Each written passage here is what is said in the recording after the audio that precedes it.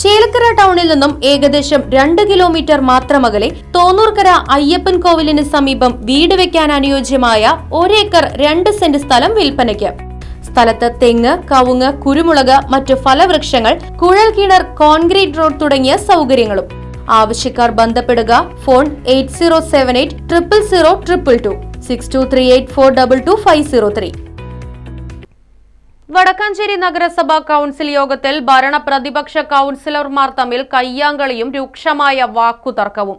Congress councillor SAA ആസാദിനെതിരെ ഭരണപക്ഷം കൊണ്ടുവന്ന അടിയന്തര പ്രമേയത്തെ ചൊല്ലിയാണ് സംഘർഷമുണ്ടായത്.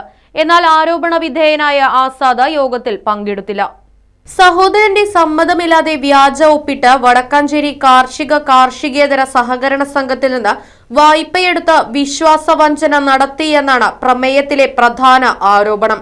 വിഷയത്തിൽ വ്യക്തത വരുത്താൻ ആസാദ് തയ്യാറാകാത്ത സാഹചര്യത്തിൽ കൌൺസിലർ സ്ഥാനത്ത് നിന്ന് മാറി നിൽക്കണമെന്നും പ്രമേയം ആവശ്യപ്പെട്ടു. സ്റ്റാൻഡിംഗ് കമ്മിറ്റി ചെയർപേഴ്സൺ സ്വപ്ന ശശിയാണ് പ്രമേയം അവതരിപ്പിച്ചത്. പ്രമേയം അവതരിപ്പിച്ചതോടെ UDF കൌൺസിലർമാർ പ്രമേയം ചർച്ച ചെയ്യാൻ സാധിക്കില്ലെന്ന് പറഞ്ഞ് കൌൺസിൽ ഹാളിന്റെ നടുത്തളത്തിലിറങ്ങി പ്രതിഷേധിച്ചു. പ്രതിഷേധത്തിനിടയിലും നഗരസഭാ ചെയർമാൻ PN സുരേന്ദ്രൻ പ്രമേയം പാസാക്കിയതായി പ്രഖ്യാപിച്ചതോടെയാണ് കൌൺസിൽ ഹാളിൽ LDF UDF കൌൺസിലർമാർ നേർക്കുനേർ നിന്ന് വാക്കുകൾ കൊണ്ട് ഏറ്റുമുട്ടിയത്.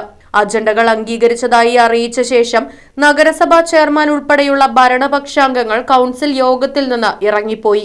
ഇതോടെ UDF അംഗങ്ങൾ ഹാളിൽ പ്രതിഷേധം തുടർന്നു. കൌൺസിലർക്കെതിരെ ഉയർന്ന ആരോപണം വരും ദിവസങ്ങളിലും വടക്കാഞ്ചേരി രാഷ്ട്രീയത്തിൽ വലിയ ചർച്ചാ വിഷയമാകാൻ സാധ്യതയുണ്ട്. Right vision news, Vadakkanchery. ചേലക്കരയിലെ പ്രമുഖ സ്ഥാപനത്തിലേക്ക് മാർക്കറ്റിംഗ് ആൻഡ് സെയിൽസ് തസ്തികയിലേക്ക് ഉദ്യോഗാർത്ഥികളെ തേടുന്നു. ശമ്പളത്തിന് പുറമെ TA, DA ആൻഡ് ഇൻസെന്റീവ് എന്നിവ ലഭിക്കുന്നതാണ്. NBFC ഫീൽഡിൽ ജോലി ചെയ്ത പരിചയമുള്ളവർക്ക് മുൻഗണന. താല്പര്യമുള്ളവർ ബയോഡാറ്റ സഹിതം അപേക്ഷിക്കുക. ഫോൺ 8073643133 9496248346.